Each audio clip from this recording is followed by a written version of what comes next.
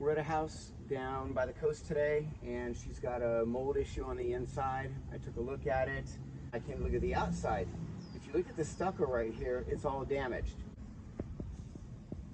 So what happens is the rain lands here, runs down, drips off, gets behind the stucco, traverses in the wall, and now inside the wall is wet.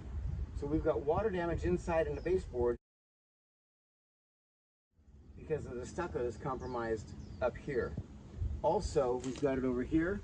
We've got a crack right here that's letting water in. And over here, the wood trim is compromised.